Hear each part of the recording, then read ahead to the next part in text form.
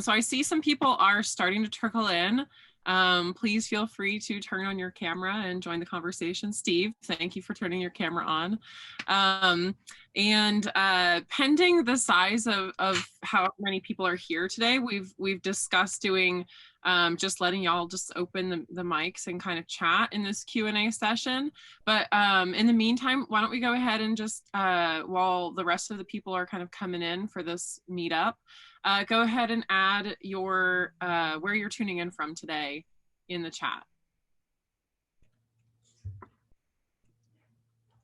And I'll be real, I'm in a Walmart parking lot right now because we did not make it to our campsite before the dark hit, and so we had to pull over for this meetup. So we are somewhere on the eastern shores of Maryland at a Walmart parking lot. I love it. That's awesome. Lacey and I are taking a 2-week break from the road to be stationary in Orlando, Florida right now. And it's hot. We were in Maine just a couple weeks ago and it was like 50 degrees and now it's 85 degrees during the day and humid. Yeah. We were like, it's cold. Alabama? Yeah. Yeah, we did get to visit our friends Storyteller Overland over in Alabama, and if you're ever in Birmingham, you should definitely check them out. Yeah, they've got an good. awesome organization over there. So we see some people Jess, JK. where in the Eastern Shore are you? Berlin is where we're at right now. Okay. I know people who are like way over the bridge, like way down where like there's a national forest down there called like Black Forest or something. So I kind of know. Okay. Yeah, I'm outside of DC right now. I'm assuming you guys have all that wind that we've got today. Yeah, the wind was really crazy today. Yeah, we're gonna probably camp in Assanteague potentially, and then kind of go down to the Outer Banks is the plan. Right on. Yeah. Well, now there's no mosquitoes at Assanteague, so we'll be doing okay. Yeah. Summertime is brutal up there. Oh my gosh, absolutely. Yeah, I lived in Baltimore for 5 years. Right on. Awesome. Let's see. All right, we'll do a little bit more of admin stuff while people are coming in. If you need closed captioning, I'm gonna put this into the chat. There is a button. All you have to do, if you are, I think it's only on your desktop. I don't think it works on the mobile. But if you need closed captioning, if you click more, those 3 little dots, it'll show up, and then it will make real-time closed captioning if you prefer or require those. Again, we would love to see your faces, so please turn on your cameras. This is a community event, and community is built with trust, and faces really instill a lot of trust. So we really value y'all coming and showing up and participating in these conversations. Most of the time, everyone's on their best behavior, so we haven't had issues with like muting and unmuting. So if that continues, just make sure you unmute yourself if you want to ask a question. I think the way we'll run it, we'll see how we run it depending on how it goes, but you can either ask your questions in the chat down at the bottom, and Brianne is going to be moderating today. I'm just kind of doing a little bit of intros. So ask your questions there, and then we'll kind of call on people to do mute, unmute as it sees fit. And then this should be about an hour. So appreciate you all being here. I know that there's a lot going on politically, and we're hoping that maybe tonight we can just take our minds off of the political climate for a moment. I have my ballot in already. Maybe some other people do. Who else has their ballot in already? Hands? Yeah, okay. And then who's going tomorrow? Oh, I was like,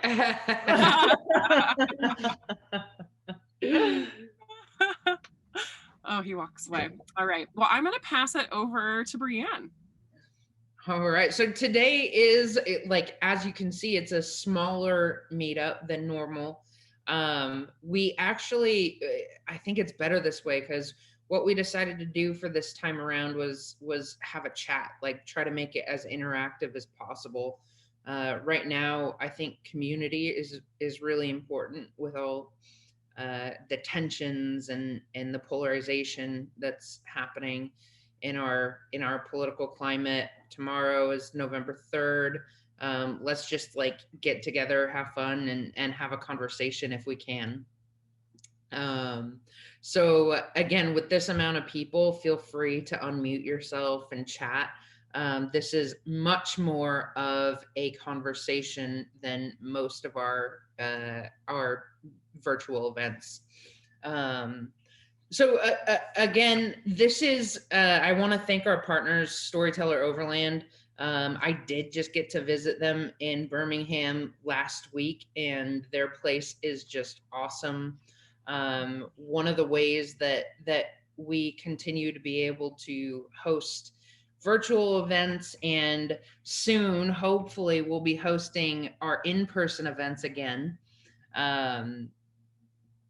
One of the reasons we can keep doing that is because we have sponsors like Storyteller, and there are very few actually there are almost no manufactured RVs that I would recommend, but Storyteller Overland actually changed my mind on that, just because of the quality of their builds. They built it for people to be off-grid. So yeah, we're really happy to have them as a partner and continue these events. Again, I'm Brianne. I'm the co-founder of the Vanlife app. We started it about 2 years ago, and it's been a crazy ride. And if you haven't downloaded the app recently, you have to download it. It's so good now. The first time I've ever said that it's so good, but it's so good now. And I know we have a couple team members on here. Jess and Natalia, you want to introduce yourselves? Yeah, sure. I'll go first. Yeah, Jess, you might know me as Van there on Instagram and Facebook. I live in a van, been out here for a long time. I'm working with the team, so I help manage the product and marketing. So yeah, really stoked for y'all to see the new version. It's been a labor of love for the last couple of years, and we're super proud of where it's at right now. So as always, feedback is always welcome. Natalia? Hi, I'm Natalia. I was living in my van for the last 4 months or so, and right now I'm stationary in the Bay Area, California. I am leading the user experience research for the Vanlife app. So I get to like talk to a lot of you to see like what are your frustrations, what are the things you would like to have in the app, and how we can make this app better for you. So if you ever get a request of participating for user testing, basically you're gonna be meeting up with me. Yep.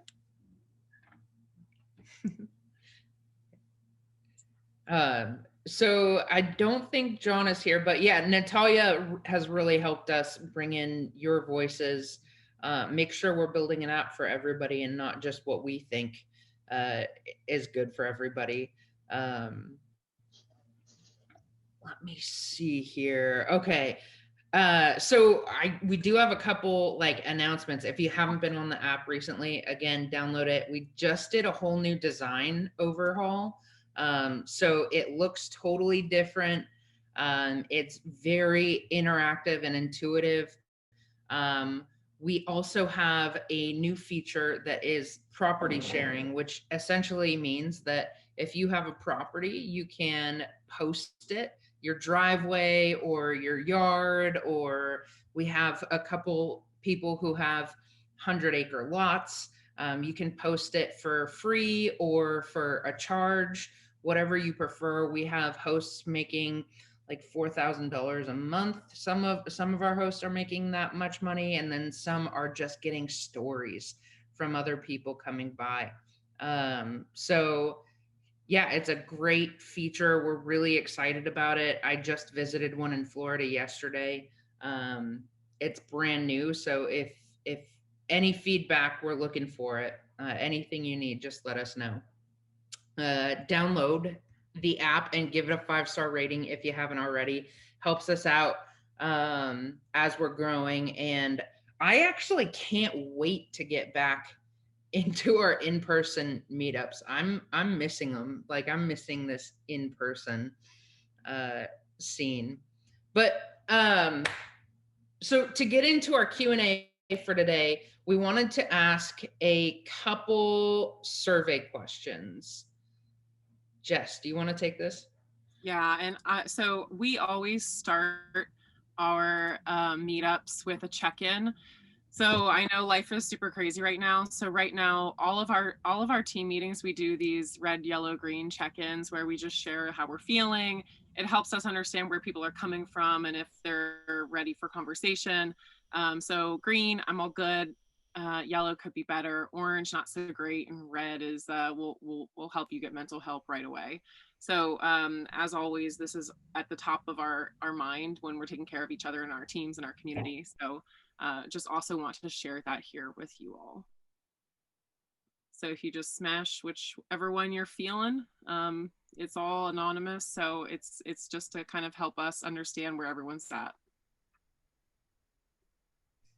And then we're going to get into a more fun poll, maybe. I don't know. What's more fun than mental health, right?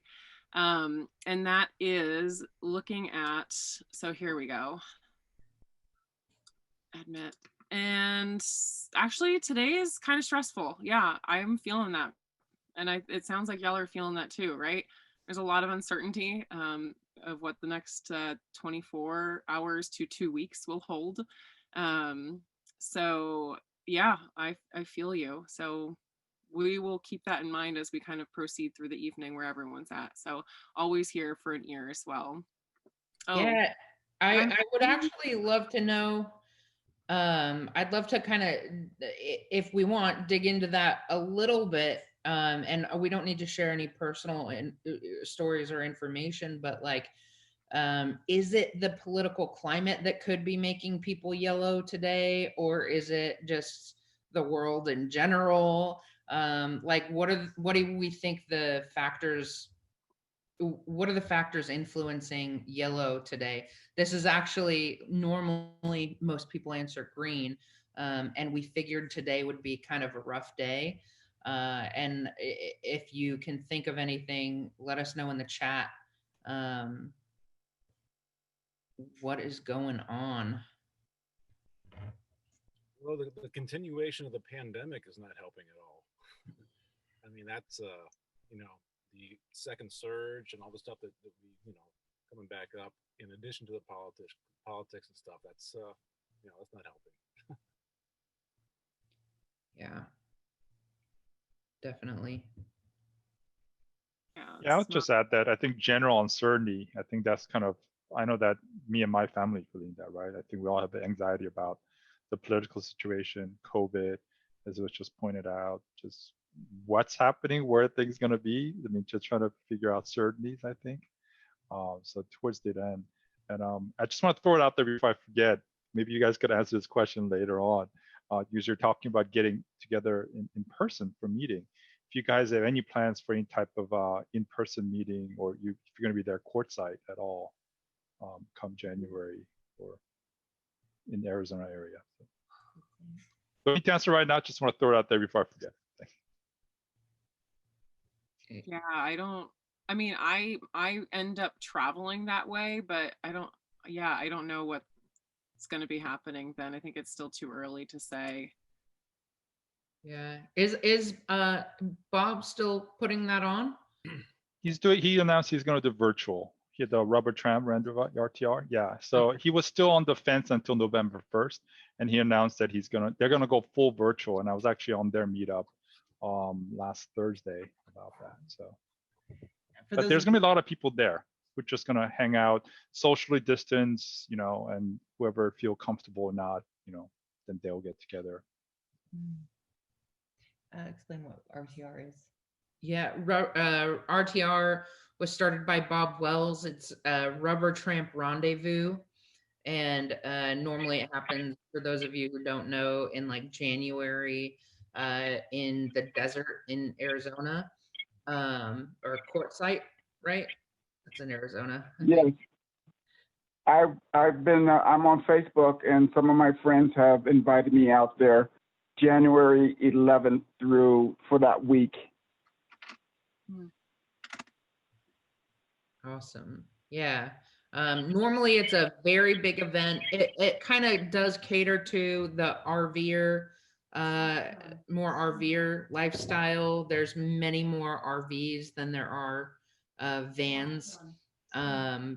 But there is a van life village usually when RTR happens. We do normally host an event in January or early February. The Vanlife app does. Right after. We used to get, right afterwards, we used to get like 400 vans out to Fiesta Island, like 1,000 people. But this year we're not going to be able to do that. It's City of San Diego won't allow it. And we also don't want to be a spreader of the virus. So hopefully we'll be able to do something. We're going to keep doing these virtual meetups. We got some really great topics planned coming next year and the end of the year. So stay tuned. They're just going to get better and better as we get more bandwidth to make them better. So Jess, do you want to go on with the second question? Absolutely.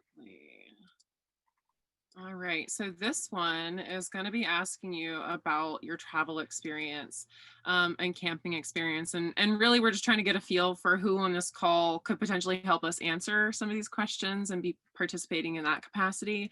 And then also how we should tailor some of our questions if, it turns out we have, more people who are new or more people who are pros. So that'll kind of help us figure out which direction to go with our conversations.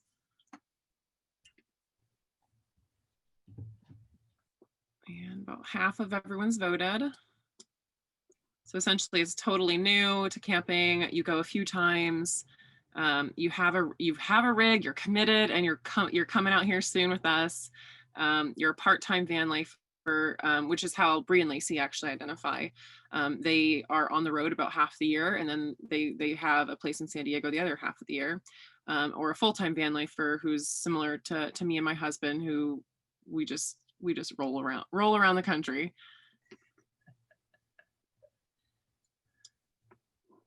Okay, so here we go, sharing results.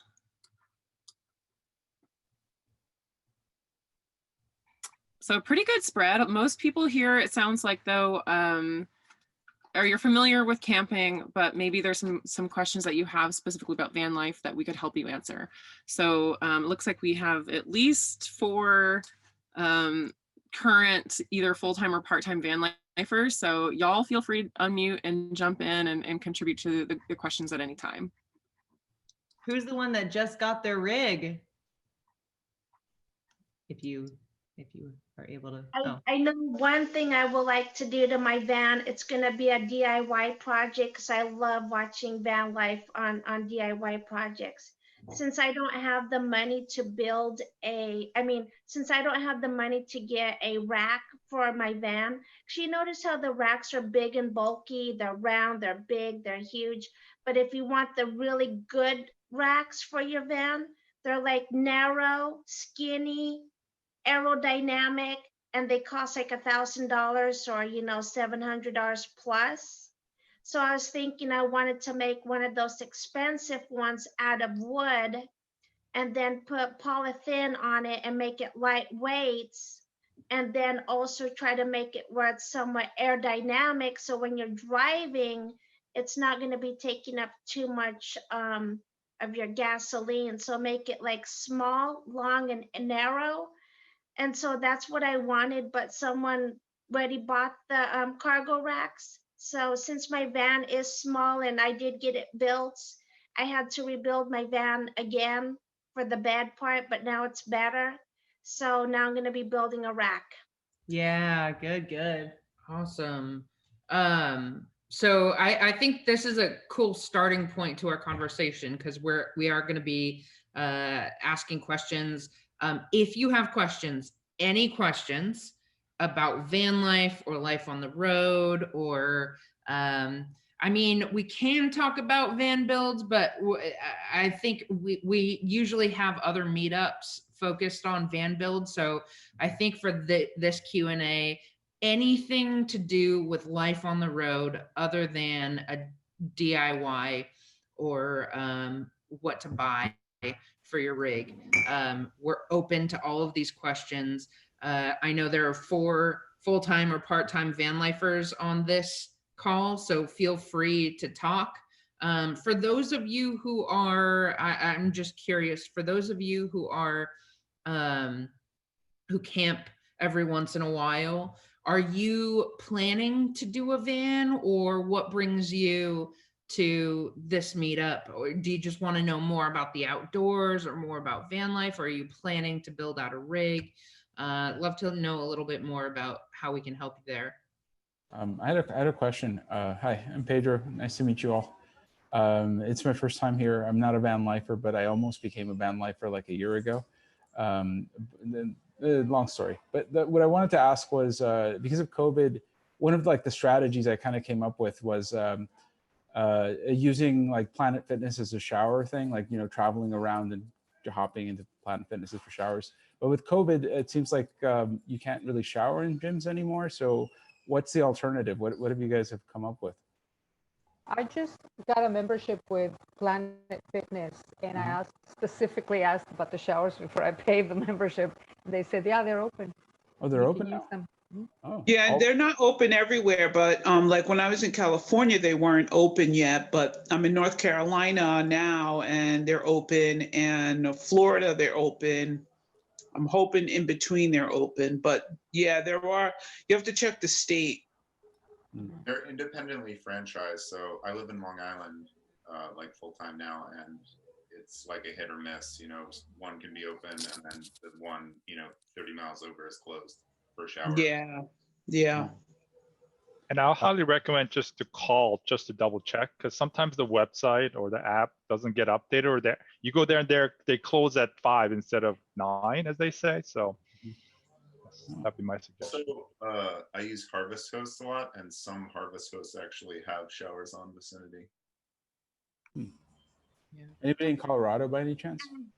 Well, Or know anything about Colorado Springs specifically? Another option would be to try other rec centers or campgrounds. Sometimes you can just find a campground and then pay like $5 just to use the shower facilities. Yeah, See, I've done that a lot as well. I went camping this summer with my church group, and all the showers were shut down due to COVID-19, even though we paid for a camp spot and everything. But one thing that I really love that I did on a DIY, I went to the Home Depot. This is about like $10. You can make this into a shower. Just cut this down and make this shorter. And so you can put your hot water, put a funnel in, put it through the sink, find a drain. Every bathroom has a drain. So you can just go into the stall and take a shower. I did this and got a hot shower, put the hot water in here, and, you know, just make sure you're wearing your mask. Make sure you don't get it wet. Just, you know, if you don't have to shampoo your hair. But anyway, these are about like $10 at the Home Depot. I really like it. What you do is you silicone this part here. You can paint it and, you know, put water in it, put it in the sun to warm it up. It warms up pretty good. This thing's much longer, but I made this shorter and it works just fine as a shower. It holds exactly 1.5 gallons. I was able to take a shower with this many times because they're still shutting down showers at the camp spots. And I know Fort Stevens here in Oregon is still shut down. And so, you know what? There's a way to get around it. Just get you one of these, and it works just fine. $10. Yeah, that's what we call a Burning Man shower. But yes, so there are, you know, Planet Fitness. We still haven't had a membership after 4 years of like, we do like about 6 months a year in the van, and we have never had a Planet Fitness membership. This time around, we're finding a lot of luck with campsites, state parks, not national parks, but state parks and campgrounds have been great. Loves, Yeah. Krizia, did I say your name right? Krizia? Yeah, sorry, Kritzia. Kritzia, awesome. Loves $12. They from what I like have been to a few loves that I run away from, and I've been to a few loves where I'm like, I could probably take a shower here, but I've never taken a shower at Love. So if you can speak to that, speak to that. Yeah, yeah. So I've never had a problem. I've done it at a few Flying J's as well, but I personally prefer Loves, and like they give you towels, you know, and they're super nice. Like, you know, I show up, I have pretty long hair, and they'll be like, oh, you know, do you want an additional towel for that too? And so like they're just super helpful. And I mean, $12 can be a bit steep for just a shower, but I mean, you get your private bathroom, you know, your own sink and all that kind of stuff. So sometimes I kind of call that like my spa day. So like every 4 or 5 days, you know, when it's in winter, right? In the summer I'll go more, but in the winter I'll be like, well, I'll wait a little bit extra. I love that. Jess, don't you have a hot shower? Yeah, we originally hit the road. I was like researching, you know, what gym should I get? And obviously right now COVID is different, but at the time, Anytime Fitness had more franchise locations across the United States than Planet Fitness did, and they tended to be outside of urban areas as well. Planet Fitness tended to be located more around urban centers. So Anytime Fitness was, you know, it's like $30 a month. So really it's more expensive than Planet Fitness, but there's more of them. And they all had private showers, private bathroom showers situation. So that was super nice. But honestly, we didn't use it very often. So it ended up not being worth it for 2 people at that rate. You know, $12 Love shower. I've actually still never showered in a truck stop. We do a lot of like spray bottle baby wipe situations. Oh yeah, we've all been there. Well, like we've talked about Anytime Fitness and Planet Fitness and that, but I have 24-hour fitness. I'm on the West Coast primarily, and that's just where I guess because I did the research and that happened to be just the one that had more there. So it was better for me, and it's worked out great pre-COVID, of course. Have not been able to use one since COVID started. But yes, that's my alternative. And then I just bought have you guys heard of a Julka from Australia? So it's an outdoor shower basically. So it's it comes like in a little box. I pre-ordered mine though, should be here in about 2 or 3 weeks or so. But all you need is a tank of water. So I ended up getting a second tank. So I have the one for my sink and all that. And then I got a second tank that will be used for the shower exclusively. And all it takes is a little bit of propane. Everything else, and it's heated, of course, with propane, but everything else is it just runs from the car battery. So I'm really excited about using that. But yeah, it's Joolca. I've been working up to purchasing it for about 6 months now and finally pulled the trigger. So I'm excited about that. That's awesome. I have not heard of that.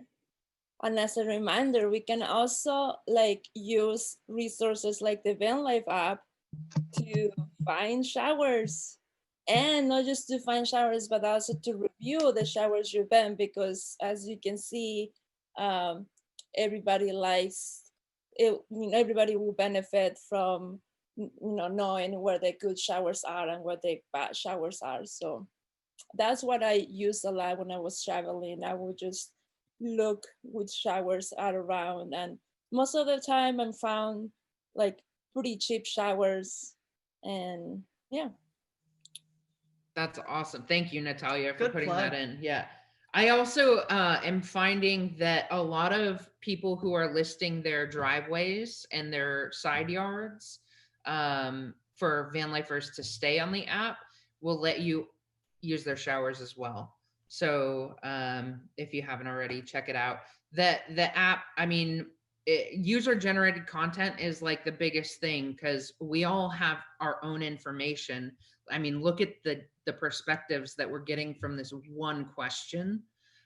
So really bringing all of that together, we can create magic and make life on the road a lot easier for each other.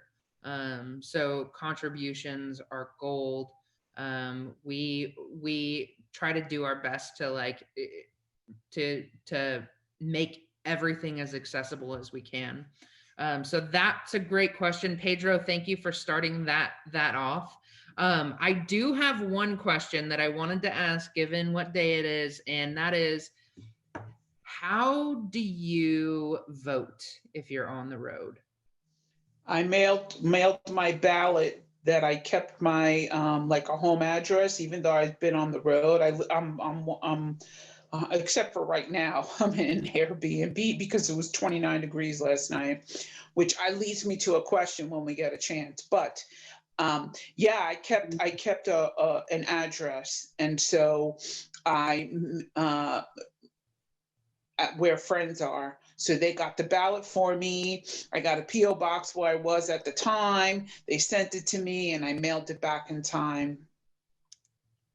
Yeah, same. So they sent me go ahead. Oh, I'm sorry. I was just gonna say, if you get a permanent mailbox, so it's called a PMB, typically at like a UPS store, places like that. So instead of a PO box, it's considered a real address. So like that's the one I use for all legal stuff. Like for that's technically my home address, right? So it's like on my driver's license, it's for the car registration, all that kind of stuff. So it's a nice way to have a permanent residence somewhere. So that you can get your ballot or whatever it may be. On that topic, anybody used the addresses where it's like a digital service? They scan all your mail and email it to you.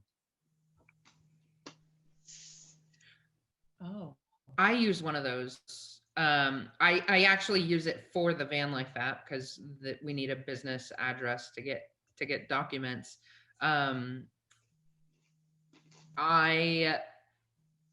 Pricing, what's it like? Do you recommend?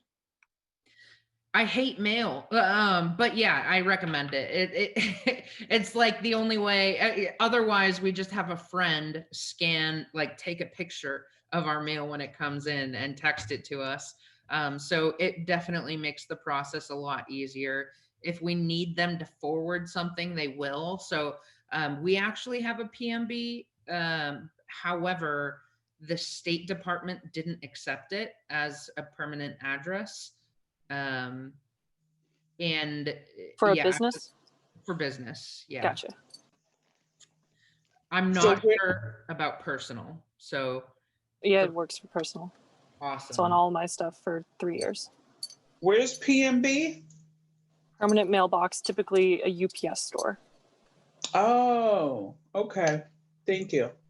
You can also use a U.S. Post Office street address if you need to give a street address. They will accept even packages from UPS and FedEx. With the PMB, though, if you're on the road, how do you get the mail? They have a service, U.S. Post Office has a service that they will email you scans of your mail.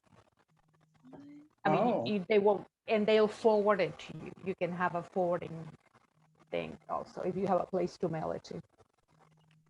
Awesome. So that actually, I know, Jackie, you had another question, but that, like on this mail topic, where do you get your mail forwarded to? If you're constantly moving. I actually have been dealing with this for the past 6 months because we've been ordering stuff and it's been a headache, but want to see if anybody has any tricks. I just been getting P.O. boxes, like if I'm going to stay because how I support myself is I pick up temp assignments.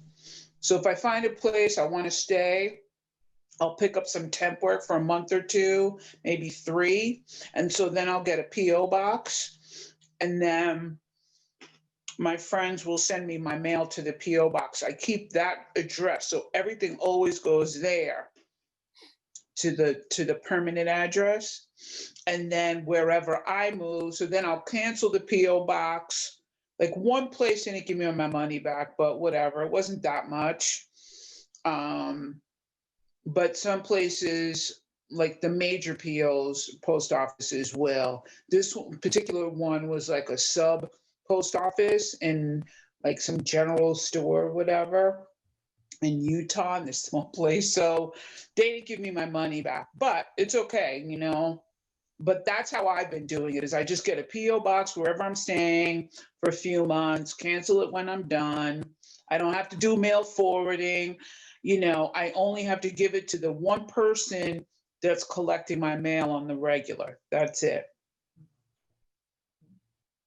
Can you get a PO box or a permanent mailbox, like month to month, where you can just, if you know you're going to be at one place for 1 month, can you actually do that? Where you can get No, they want, typically the lowest is 6 months. So that's why, the risk of not getting a refund.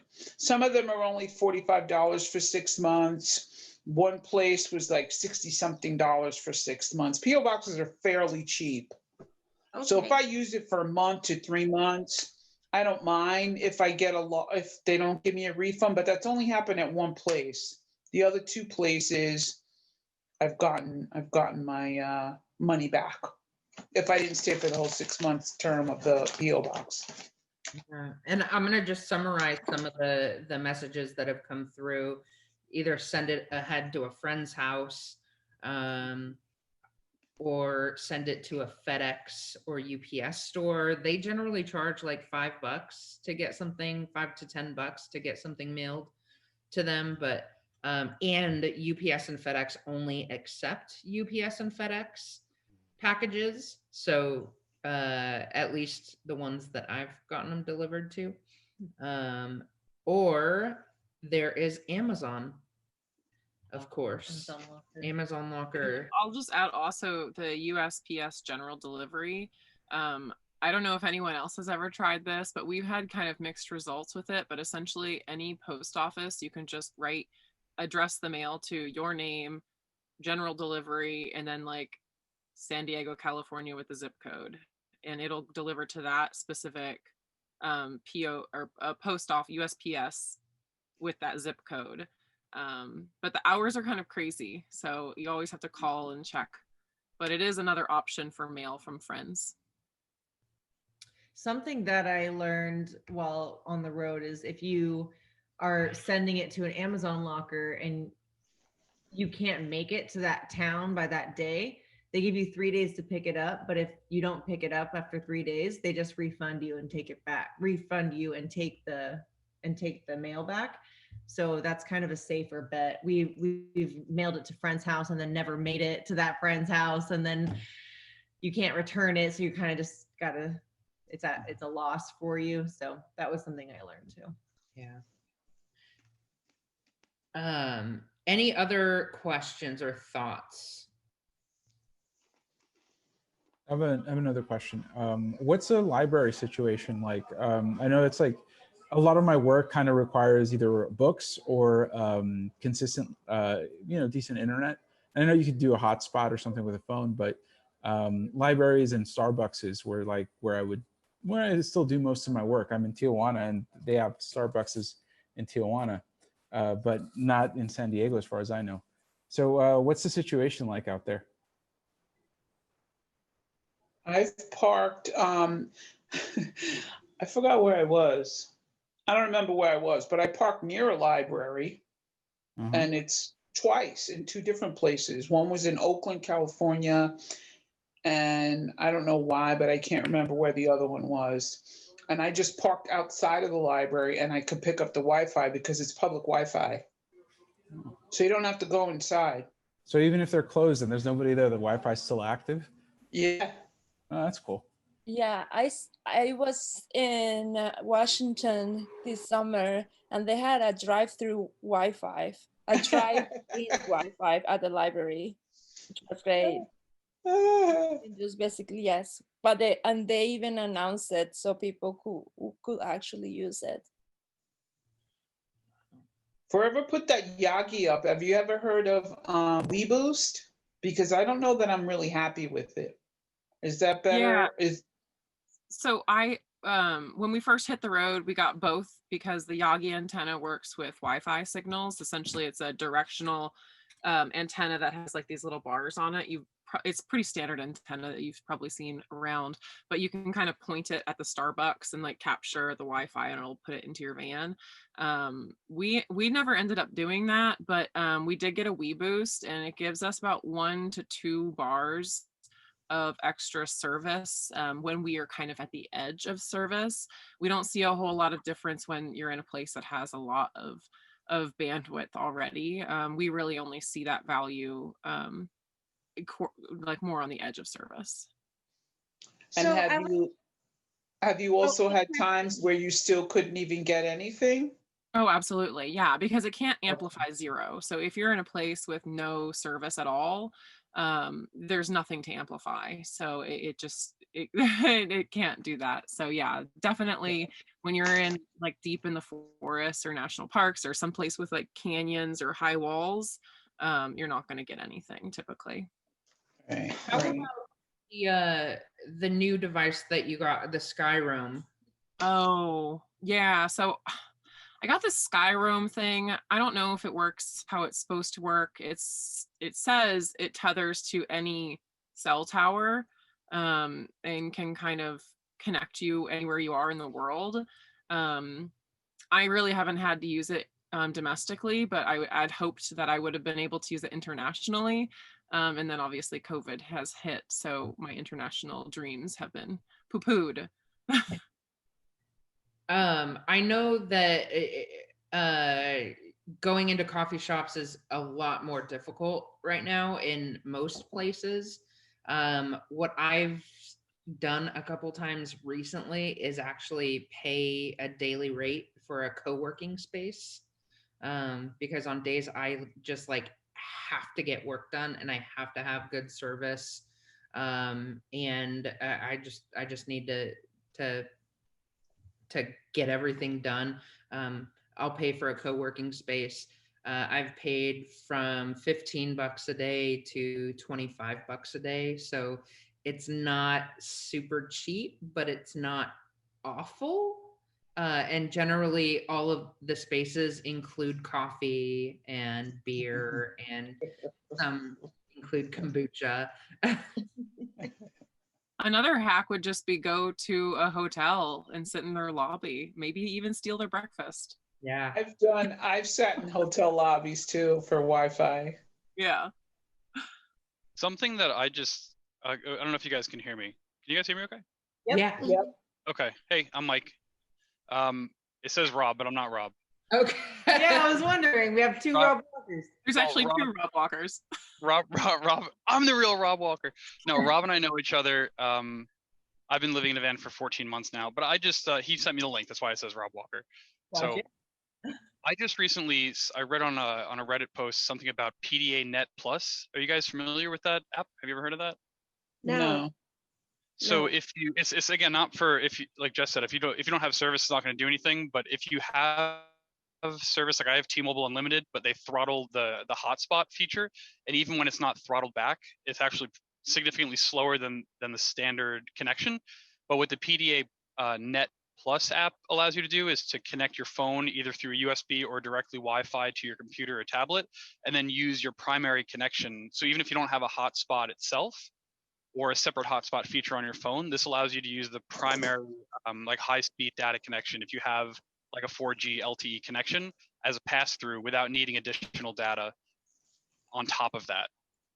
It's something that I found helpful because I was getting way slower speeds without that. But I just started using it, and now it's almost as fast as just using the phone itself, but I get to use my laptop.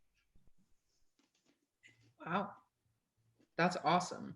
It's free. It's pretty awesome. It times out after a certain amount of data, but you just refresh it and it opens back up. I would send it now, but I'm driving. It's called PDA Plus or PDA Net Plus, and it's free. I believe both on Android and Apple. I just have an Android device and a PC. Awesome. I just shared that PDA Net Plus. That's something I've never heard of, and I love getting tips that it's surprising when like nobody's heard of something. I actually came across it on somebody's another I think it was the Fine Print, who's a content creator. He does a bunch of van life videos, and he's a big gamer. And somebody under one of his posts on Reddit mentioned that, and I was like, well, hell, I can't be any worse off. So it actually was pretty awesome, and I use that now. Like, I'm taking some courses online, and I've been using that exclusively. It's awesome. Heck yeah. Cool. And yes, we're just waiting on Elon Musk to to send those satellites up in the air. And well, actually, they're already up there, so just get them working, Elon. Come on. What's the cell phone carrier? I mean, I do use hotspot, like that's my internet. I could use my WeBoost, but it's in my van outside right now. But I use Verizon. What do you all use for hotspot? Does anybody else use hotspot for work? T-Mobile hotspot. T-Mobile as well. And how is the T-Mobile coverage? Not as good as something like Verizon, but it's surprisingly good. Rob and I drove across the country back in March, and that's when I got the unlimited, and it's been fantastic. I mean, any place where you're in a place where you're not going to get any cell phone service, it doesn't do anything for you. But like anytime that I'm on I-40 right now, heading west, and I haven't lost service one time. I've had tons of video chats this entire time. Anywhere along like main city, limits or anything like that, I've had great service. It's come a long way in a couple of years. Wow. Your sound is like out of this world. I can't believe your sound is so good. Yeah, so the headset that I have is from when I was at my last job. I was in sales, so I kind of nabbed the headset when everybody got let go. And I would never buy $100 headset, but this thing is the best. It is. I will vouch for that. But it's AirPods too. But what is it? It's a Jobber headset. It's one of the Jobber Bluetooth headsets. Battery life is like 6, 7, 8 hours of talk time. It's been the best. I mean, it has really good clarity. Again, like I don't know if I'd spend $100 on it if I was in the market now, but it's talk like all day. And when I go into a rest stop bathroom, I feel like a trucker. Like I just like keep it on. I'll walk around like supermarkets with this on. It's really comfortable. So I had a question. Yeah, exactly. So, my plan was to just, follow the weather, so I wouldn't have to deal with heat, extensive, really intense heat or intense cold. But I kind of got caught up in some work here in North Carolina. The temperature really dropped, and I got this little. I want to say it's only like 250 watts. It's warm enough, but it sucks the life out of my Jackery. I don't have solar on my minivan. I'm saving for a ProMaster, so I've been living out of a minivan. I'm considering I may need to get solar, but have people been traveling with heat? A Jackery is like a battery storage pack. I have a 150 and I have a 500. So basically the 150 does not have enough power for the 250 watt heater to plug in. It just won't work. The Jackery 500 can handle things up to 500 watts. But that heater sucks I had it on for like an hour and a half. And the Jackery was at 100 and then it was gone. So yeah, maybe I need to get a bigger Jackery. So my question was, are people using heaters and air conditioner? I may have to be in a hot place for a short bit. Real quick, I thought a Jackery was because your name was Jackie and you were like Jackery.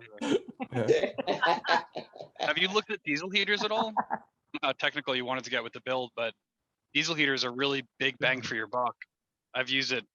I use it all year, except for like summer when I didn't need it. Are there fumes in the van? No. So the the reason that I got the diesel heater was because I know when I first started, I was doing all this research, and like the easiest way to go was with the Mr. Buddy heater, or Mr. Heater Buddy. But the thing that people don't think about with that is all the moisture that it puts out, that it can get all stuck in the walls, and you don't even see it happening, but all the condensation can turn into mold. So with the Right. diesel heater, the nice thing about it is that it does take a little bit of, I guess, a technical installation, but it's maybe probably the size of your small Jackery, but it installs into the floor. You cut a small hole in the floor for the exhaust and for the inlet, and then the unit actually can sit either inside or outside the van, but it has an exhaust and an inlet that port outside. So all the combustion of the diesel happens outside, and then there's a heat sink with a fan that basically sucks air through an inlet inside, and a separate outlet that goes. So you can feel the hot air blowing, like it's hot air. It's forced hot air, and you can feel it, but there's no fume coming in, and everything. If you look up something called diesel parking heater, they were designed for semis, and they were like $150. You can get a pretty standard one, and they run like $1 for 8 hours. So. What is it called again? There's a bunch of manufacturers that you can get from. It doesn't really the type of heater is called a diesel parking heater. Okay. Diesel parking heater, and if you look it up, I could also send you a link on it later on, but I ordered mine for like $150-$160, and I run it overnight. I can run it without a problem for like $1 a night. It's been yeah, and it doesn't use very much electricity. It uses a little bit to get started, and then a little bit to keep the fan going. But it's the best solution I've come across by far. You're just full of knowledge, Rob. That's awesome. Thank you. So you fill it up at the gas station. There's a separate diesel tank. Yeah, so the standard one that it comes with from any of these manufacturers, if you look up, there's a company called Webasto, Webasto, which is like the big one. That's the expensive one. That's like what they're all based off of. That's the original one. But you can get them online, like I said, super cheap. But then they all come with a 10-liter tank, like a little plastic tank that's maybe a foot and a half by a foot and a half, and you can install it wherever you want. And they usually give you enough hose and line to run it where you need it in the van. And it's funny, when I go to the gas station, I actually bring the hose into the van, so it looks ridiculous, but I fill it up inside, and then I also carry like a 1-gallon auxiliary can to keep just in case. But I can get through, like when I was living in New York in the city, I got through an entire 5 days on 10 liters, no problem. I only filled it up once. I think you do have to be careful about the power requirements for those, though, because I think that initial burst when it starts up can sometimes fry things like the Jackery. That's what I would. I don't know about using it on a Jackery. I know they draw about 10 amps on startup for the first 5 to 10 minutes, and then they run on between like 2 to 3 amps, and then cool down is another like 5 to 10 minutes of 10 amps. So what are you plugging it into then to start it? What's your electric source? I have a 200 amp hour AGM battery, so about 100 amp hours of usable energy. Oh, okay. Yeah. Well, I have a separate, because I had the Jackeries first, and then I set up an auxiliary battery from my main battery with, I think my inverter, I forgot how much my inverter is, but I have an inverter that, I run off an auxiliary battery.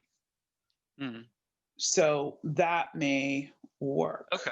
Yeah, I'm not familiar with the Jackery, but if it has, I would probably see what other people are saying on forums. But like somebody else had mentioned with the power requirements, if it's good enough for the power requirement, then you could probably take like a 12-volt plug if it meets the power requirement, and like splice the end of it to the 12-volt and plug it in like a cigarette plug. I'm not sure on that one. Yeah. I think we need to do a Meetup Monday on like hacks like this, because there's so many, Webasto's like $1,000 or more than $1,000. But if there are more affordable alternatives, that's something that more people need to know about. I think like making they're all over eBay and Amazon. If you go on right now and Google like Chinese diesel heater or diesel parking heater, you'll see a whole slew of them. They're probably all the same company, but they're definitely affordable. Oh, okay. Maybe we'll do a Meetup Monday with Mike. Sorry, Yeah, sorry, I totally, just totally. commandeered the conversation there. No, it's great. I love the knowledge. It's definitely. Yeah. We do have 7 minutes left. And I want to make sure we get in any burning questions. So does anybody have any burning questions that they I have a need? question. It's like my main concern since I'm about to start. I'm getting my van this week, so I'm not actually on the road yet. And overnight parking, any thoughts on that? And I know about Walmart and Costco and those places that I can go to, or hotels. But any regular thoughts on overnight camping in a city? Yeah, I'm a stealth camper because I have in between hanging out in parks and places. I'm a major stealth camper. Hotels, you got to watch out. They're not, because sometimes they have security. I got knocked on the window twice. Once was because of being in a hotel. I forgot what the other one was. But Walmart has been good. Also, there are some supermarkets where you can go, and believe it or not, if you're near where a club or a bar is, you don't have to park right near it where it's noisy, but I've done that in an emergency because you can stay there overnight, and they don't really bother you because they just figure you went home with someone else or whatever. But I park on streets a lot too. You just have to watch the signs. As long as I respect all signs, I don't go to any in apartment buildings. I don't park in front of anyone's house. And I've been doing this for a while, and I stealth camp all the time, and I've been really lucky to find parking, and I've been very safe. Also, plug the Vanlife app. We have over 20,000 locations in America. You can camp for free now.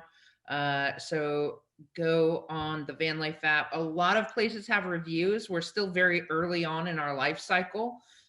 So we're a very new application, which means more and more content and reviews are being added every single day. We're getting like 100 new pieces of information on a weekly basis, and that's growing very quickly. So download the Vanlife app for stealth camping, public lands, all of that will be available. Also, as we talked about before, showers, toilets, dump stations, stuff like that. Anything you need is on the app. Another question. How do you keep pets safe? Maybe Jess could answer. Yeah, I mean, I can jump in on this unless someone else that hasn't spoken that wants to speak wants to jump in. Okay, well, so I unfortunately don't have a dog anymore. He passed this year, but he traveled with us for 4 years. And I mean, you just really need to consider that if your pet can't go with you, you need to make sure that your pet is comfortable. So we have insulation, window covers, vent fan. In hot weather, I have this like cooling mat that he could stay on, or like I would hose him off. Look for a lot of places that dogs are allowed, like outdoor patios and things like that.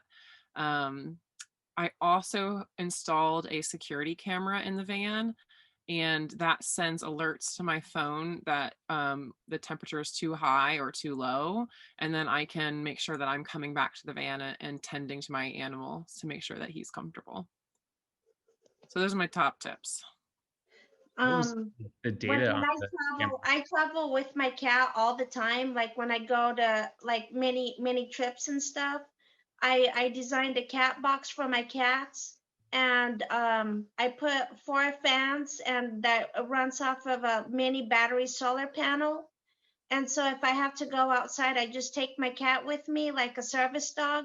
She's a service cat, and I just bring her stroller and I just take her with me, and just when she's in the van, I have all the windows open, so all 6 windows are open in the van, and just make sure that if I have to have the doors open, there's a spot. I made a cabinet where it has lots of air ventilation where I can put her in temporarily, and so she has all this spot down underneath the bed where she can just go and veg if I have to open the door. so it keeps her safe from like running out.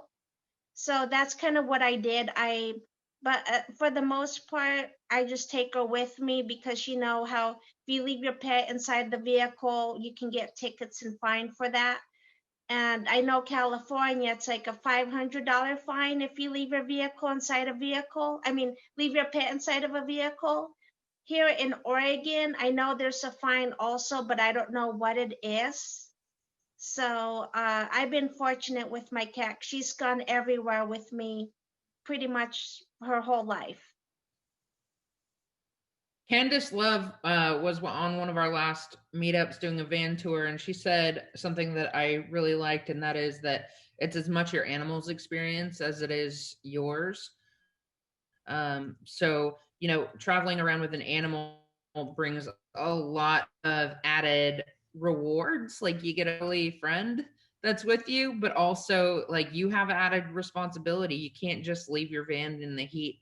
There's a lot of things you should be doing to make sure that your animal is okay while you're there.